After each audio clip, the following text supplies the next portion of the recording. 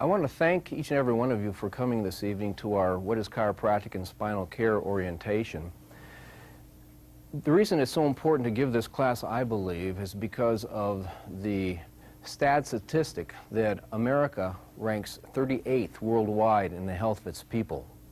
And so my purpose this evening is to inform, educate, and encourage you to rethink traditional viewpoints regarding health and health care. I feel so strongly about this subject that I've been giving this class every Thursday since the second week of September 1982. So I feel pretty strongly about this information, and hopefully it will be as meaningful to you as it has been for me in my life. I believe also that companies, not only people, need to have purposes for their existence. And I want you to know that the purpose of Hall Chiropractic is to help change the way that America thinks about health care. We want to help sick people get well, live longer, and better. And we believe we can do that through gentle, safe chiropractic care.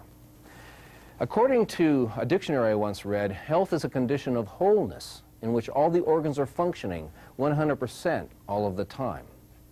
And health care should not be paying attention to your bodies when you've lost your health or when you're in pain, but health care should be a lifetime of attention that you pay attention to the changes that are occurring through the process of living.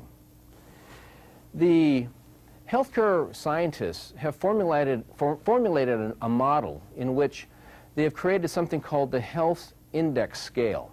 It's an imaginary scale that you are placed upon at birth.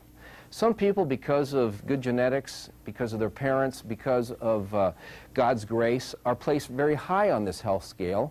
Some people at birth are in the middle, and some people, unfortunately, because of poor genetics or other environmental factors or other things, are placed low towards what's called the threshold of dysfunction. And the threshold of dysfunction is an imaginary scale on this imaginary, it's an imaginary point on this imaginary scale where your body's defense mechanisms become overloaded. You're no longer in a state of being at ease, you're in a state of dis-ease. That's how they got the word disease. The body's no longer at ease, it's in a state of dis-ease. My job is to help raise your health index from the level of dysfunction high as we possibly can make it. And there are some things that we can do to help raise your health index, and you know many of them: proper sleep, proper exercise, proper nutrition, and keeping our body's systems and moving parts functioning as well as you possibly can. There are things that lower your health index towards this point of that is called the threshold of dysfunction, and we call those stressors. And we're going to be talking a lot about these stressors in a few minutes. Chiropractors and chiropractic in general have done a very good job over the millennia of treating people that have injuries to the musculoskeletal system. In other words, the muscles, the joints, the nerves, and the bones. And in fact, chiropractic is an ancient healing art. The ancient Egyptians, the Greeks, the Romans, the Chinese, the Indians, the Aztecs, the Incas, the black African societies all utilized chiropractic principles in their healthcare delivery systems. They just didn't call it chiropractic. We've done a general good job in chiropractic of treating people over the millennia. We've done a relatively poor job of educating people. And for that reason, that is the reason why we have this informative class. The average person out there, Karen, does not know why you're coming here. And if they think they know why you're coming here, they probably don't have an accurate understanding. And so quite frankly, folks, I need your help. And I'm going to give you some layman's definitions to help us explain to this. Because sooner or later, Kent, somebody's going to find out that you're coming to see Dr. Hall at Hall Chiropractic, and they're going to ask you, what is a chiropractor anyway? And so I'd like to give you a layman's definition that if you can remember, you can help me help them. A chiropractor is a specialist in the motion of the body as it relates to the nerves. Let me say that again. A chiropractor is a specialist in the motion of the body as it relates to the nerves. Now, the next thing that's going to happen is the patient's going to say, or the friend is going to say to you, Charles, what does the chiropractor do? And the last thing I want you to say to he or her is, well, he pops my back or he cracks my neck, because that's not what I'm doing. The sound, as I may have told some of you, is nothing more than a little space being created inside the joints and air from the surrounding tissues rushing to fill the space. I can move each individual segment 7 different ways in your spine. Some of them will create sounds and some of them won't. So we don't want you to correlate the quality adjustment or treatment with the amount of sound effects because it doesn't really matter. It's what I'm feeling underneath my hand when I move that individual segment. So the treatment term that we'd like you to use is the term an adjustment. The chiropractor adjusts the spine or the body part, be it the shoulder, the wrist, the knee, the elbow, whatever moving part it is, to restore normal joint function. In order to become a doctor of chiropractic, it takes today between 7 and 8 years. The educational experience is totally controlled by the Department of Education, the United States government. The chiropractic colleges are also controlled by the National Board of Chiropractic Examiners. And in fact, the student during his course of study takes over 4 national board examinations that take several days each test to make sure that the student is fully qualified to become licensed. To become licensed as a doctor of chiropractic in the state of Texas, one must pass the state board examination for licensure, and this guarantees that whoever it is that's treating you in our clinic is going to be well qualified and do a very, very good job. A chiropractor then is a specialist in the motion of the spine as it relates to the nervous system.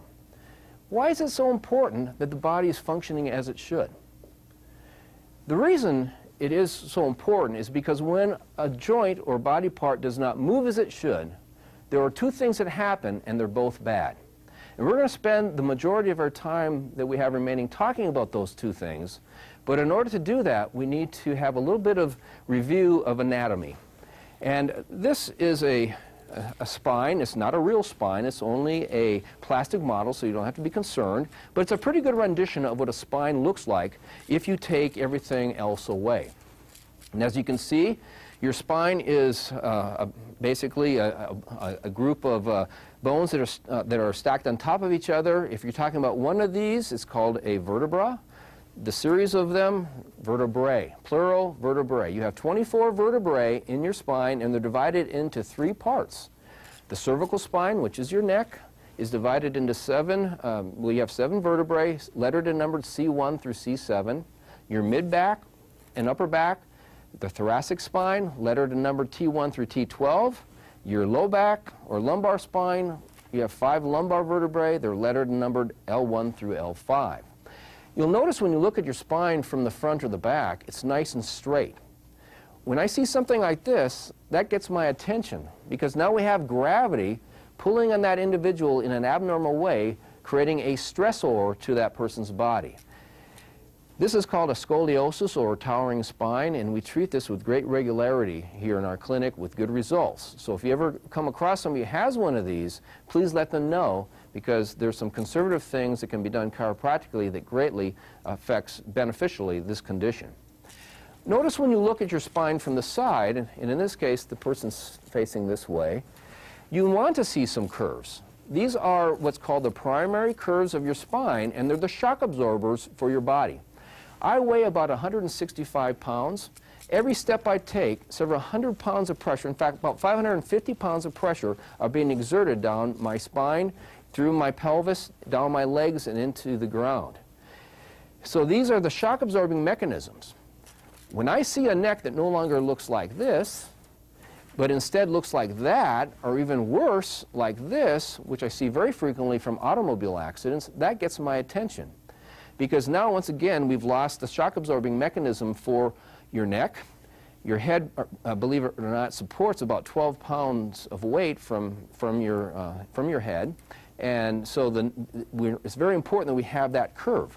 When I see a low back that's no longer curved but straight, for example, from a fall, years of poor sleeping positions, an accident, lifting accidents, things like this, that gets my attention because, once again,